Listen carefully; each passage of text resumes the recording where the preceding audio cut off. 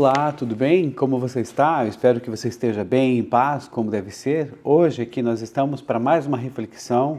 A bola da vez é Levítico capítulo 7, no nosso café. Café com Jesus. Começamos então, antes da reflexão, com a leitura. Então vamos lá, Levítico 7. A regulamentação da oferta pela culpa. Esta é a regulamentação da oferta pela culpa, que é a oferta santíssima. O animal da oferta pela culpa será morto no local onde serão sacrificados os holocaustos, e seu sangue será derramado nos lados do altar. Toda a sua gordura será oferecida, a parte gorda da cauda e a gordura que cobre as vísceras, os 2 rins com a gordura que os cobre e que está perto dos lombos, e o lóbulo do fígado que será removido juntamente com os rins. O sacerdote os queimará no altar como oferta dedicada ao Senhor, preparada no fogo. É oferta pela culpa. Somente os homens da família dos sacerdotes poderão comê-la, mas deve ser comida em lugar sagrado. É oferta santíssima. A mesma regulamentação aplica-se tanto à oferta pelo pecado quanto à oferta pela culpa. A carne pertence ao sacerdote, que faz propiciação pela culpa. O sacerdote que oferecer um holocausto por alguém ficará com o couro do animal. Toda oferta de cereal, assada num forno ou cozida numa panela ou numa assadeira, pertence ao sacerdote que a oferecer. E toda oferta de cereal, amassada com óleo ou não, pertence igualmente aos descendentes de Arão. A regulamentação da oferta de comunhão. Essa é a regulamentação da oferta de comunhão que pode ser apresentada ao Senhor. Se alguém a fizer por gratidão, então junto com a sua oferta de gratidão, terá que oferecer bolos sem fermento e amassados com óleo, pães finos sem fermento e untados com óleo, e bolos da melhor farinha bem amassados e misturados com óleo. Juntamente com a sua oferta de comunhão por gratidão, apresentará uma oferta que inclua bolos com fermento. De cada oferta trará uma contribuição ao Senhor, que será dada ao sacerdote, que asperge o sangue das ofertas de comunhão. A carne da sua oferta de comunhão por gratidão será comida no dia em que for oferecida. Nada poderá sobrar até o amanhecer. Se, contudo, sua oferta for resultado de um voto ou de uma oferta voluntária, a carne do sacrifício será comida no dia em que for oferecida, e o que sobrar poderá ser comido no dia seguinte. Mas a carne que sobrar do sacrifício até o 3º dia será queimada no fogo. Se a carne da oferta de comunhão for comida no 3º dia, ela não será aceita. A oferta não será atribuída àquele que a ofereceu, pois a carne estará estragada, e quem dela comer sofrerá as consequências da sua iniquidade. A carne que tocar em qualquer coisa impura não será comida, será queimada no fogo. A carne do sacrifício, porém, poderá ser comida por quem estiver puro. Mas se alguém que, estando puro, comer da carne da oferta de comunhão que pertence ao Senhor, será eliminado do meio do seu povo. Se alguém tocar em alguma coisa impura, seja impureza humana, seja de animal, seja de qualquer outra coisa impura e proibida, e comer da carne da oferta de comunhão que pertence ao Senhor, será eliminado do meio do seu povo. A proibição de comer gordura e sangue. E disse o Senhor a Moisés: diga aos israelitas, não comam gordura alguma de boi, carneiro ou cabrito. A gordura de um animal encontrado morto ou despedaçado por animais selvagens pode ser usada para qualquer outra finalidade, mas nunca poderá ser comida. Quem comer a gordura de um animal dedicado ao Senhor, numa oferta preparada no fogo, será eliminado do meio do seu povo. Onde quer que vocês vivam, não comam o sangue de nenhuma ave nem de animal. Quem comer sangue será eliminado do meio do seu povo. A porção dos sacerdotes. Disse mais o Senhor a Moisés: diga aos israelitas, todo aquele que trouxer sacrifício de comunhão ao Senhor, terá que dedicar parte dele ao Senhor. Com suas próprias mãos trará ao Senhor as ofertas preparadas no fogo, trará a gordura juntamente com o peito e a moverá perante o Senhor como gesto ritual de apresentação. O sacerdote queimará a gordura no altar, mas o peito pertence a Arão e seus descendentes. Vocês deverão dar a coxa direita das ofertas de comunhão ao sacerdote como contribuição. O descendente de Arão que oferecer sacrifício e a gordura da oferta de comunhão receberá a coxa direita como porção. Das ofertas de comunhão dos israelitas, tomei o peito que é movido ritualmente e a coxa que é ofertada, e os dei ao sacerdote Arão e a seus descendentes por decreto perpétuo para os israelitas. Essa é a parte das ofertas dedicadas ao Senhor, preparadas no fogo, destinada a Arão e a seus filhos no dia em que foram apresentados para servirem ao Senhor como sacerdotes. Foi isso que o Senhor ordenou dar a eles no dia em que foram ungidos dentre os israelitas. É um decreto perpétuo para as suas gerações. Essa é a regulamentação acerca do holocausto, da oferta de cereal, da oferta pelo pecado, da oferta pela culpa, da oferta da ordenação e da oferta de comunhão. O Senhor entregou-a a Moisés no Monte Sinai, no dia em que ordenou aos israelitas que trouxessem suas ofertas ao Senhor no deserto do Sinai. Senhor, nosso Deus, muito obrigado pela leitura de Levítico, capítulo 7. Agora, Senhor, queremos fazer uma reflexão na sua palavra e pedimos que o Senhor nos abençoe com a direção do seu Santo Espírito. Em nome de Jesus, amém. Amém. Então, meus irmãos, aqui a gente já viu praticamente aqui, né, todo o resumo do capítulo 7, justamente nesses versículos 37 e 38. Essa é a regulamentação acerca do holocausto, da oferta de cereal, da oferta pelo pecado, da oferta pela culpa, da oferta pela ordenação e da oferta de comunhão. O Senhor entregou a Moisés no Monte Sinai no dia em que ordenou aos israelitas que trouxessem as suas ofertas ao Senhor no deserto do Monte Sinai. Então, aqui nós temos esses dois versículos, né?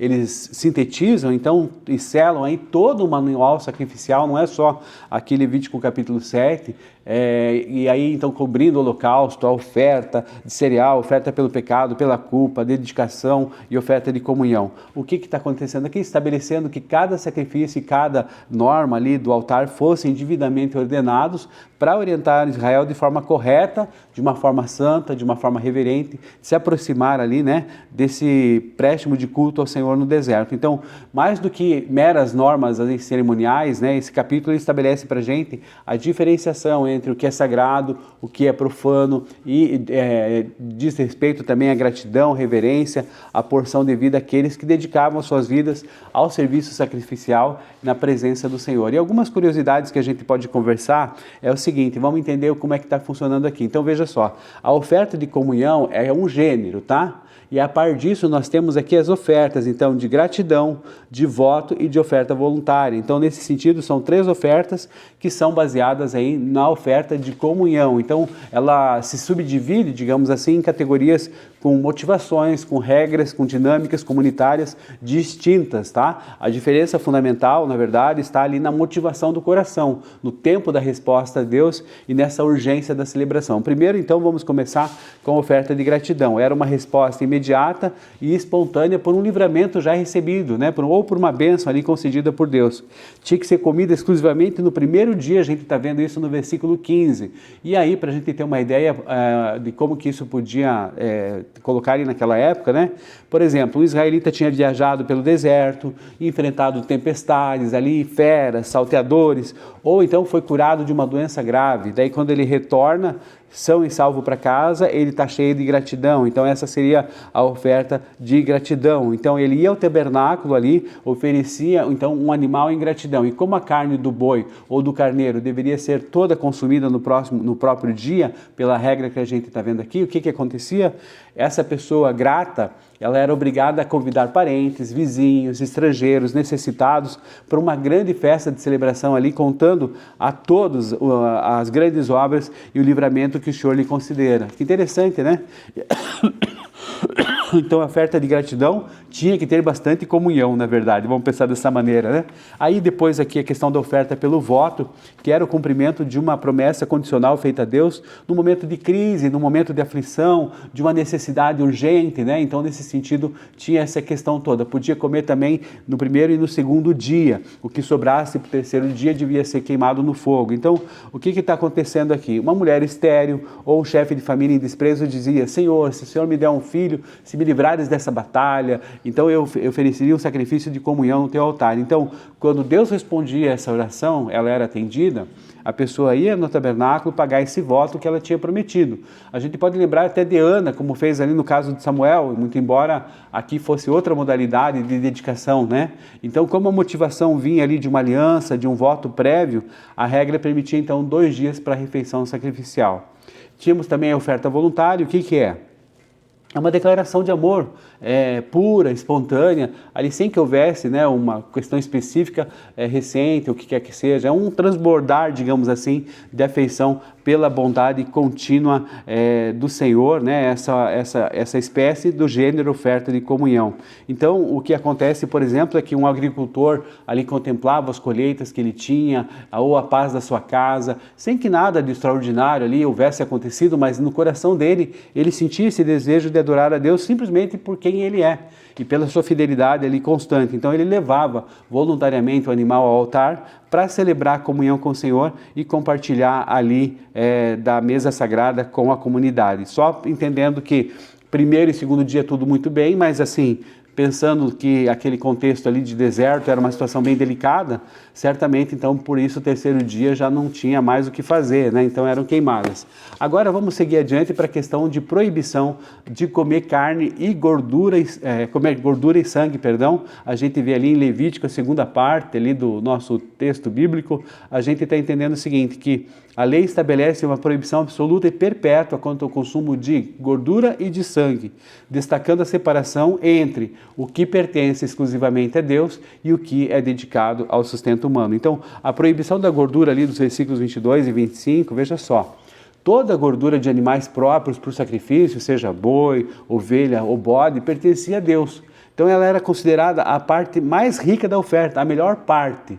Então ela deveria ser queimada sobre o altar como oferta agradável a Deus. A gordura de animais mortos por causas naturais ou feras podia ser usado para fins práticos, tá? Como a iluminação ou como a impermeabilização, mas jamais comida. Então, quem consumisse ali a gordura de uma oferta queimada ao Senhor, como fala o texto, devia ser eliminado do meio do seu povo.